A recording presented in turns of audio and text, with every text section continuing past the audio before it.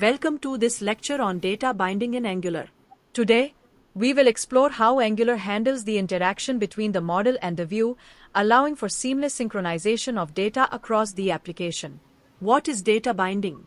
Data binding in Angular refers to the mechanism by which we connect the component, which holds the data and logic, with the view, which displays the user interface.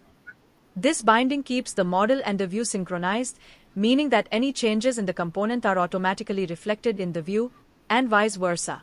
Types of data binding in Angular. Angular provides us with four main types of data binding, each serving a specific purpose. Interpolation. This is one-way data binding from the component to the DOM. Property binding. Another one-way binding, but here we bind properties from the component to element properties in the DOM. Event binding. One-way binding where events in the view, such as clicks or inputs, trigger logic in the component.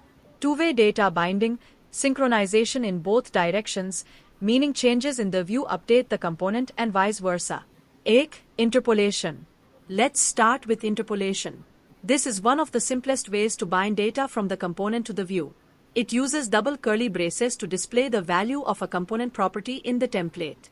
For example, if we have a property called title in our component, we can display it in the view like this. HTML. Copy code. H1 or title H1. Here, Angular automatically updates the heading when the value of title changes in the component. Property binding. Next is property binding. This allows us to bind values from the component to the properties of DOM elements. It's useful for things like setting image sources, button states, or even styles. For instance, if we have an image source in the component, we can bind it to the src attribute of an image tag like this. HTML. Copy code. Ing, src, image URL, butta. This ensures that the image URL from the component dynamically updates the image displayed in the view. Event binding. Now, let's talk about event binding. This type of binding allows us to listen to user actions like clicks or keystrokes and execute methods in our component when those actions occur. For example, if we want a button to trigger a function called handleClick when clicked, we can do something like this.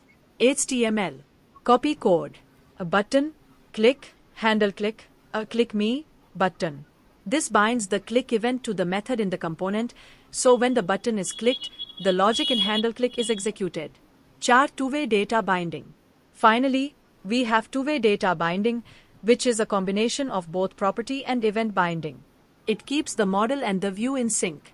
When you update something in the view, the change is reflected in the component, and vice versa. A common use case is with form inputs. We can use two-way binding with Angular's ngModel directive like this. HTML. Copy code. Input, ngModel, username, butta. This ensures that as the user types in the input field, the username property in the component is updated in real time. How data binding works. Behind the scenes, Angular uses change detection to keep track of data changes and update the view automatically. It does this through zones, which detect changes in the application and ensure the view is updated accordingly. This mechanism is what makes Angular applications so dynamic and responsive. Summary of data binding types.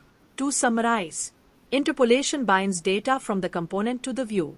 Property binding binds data to DOM element properties.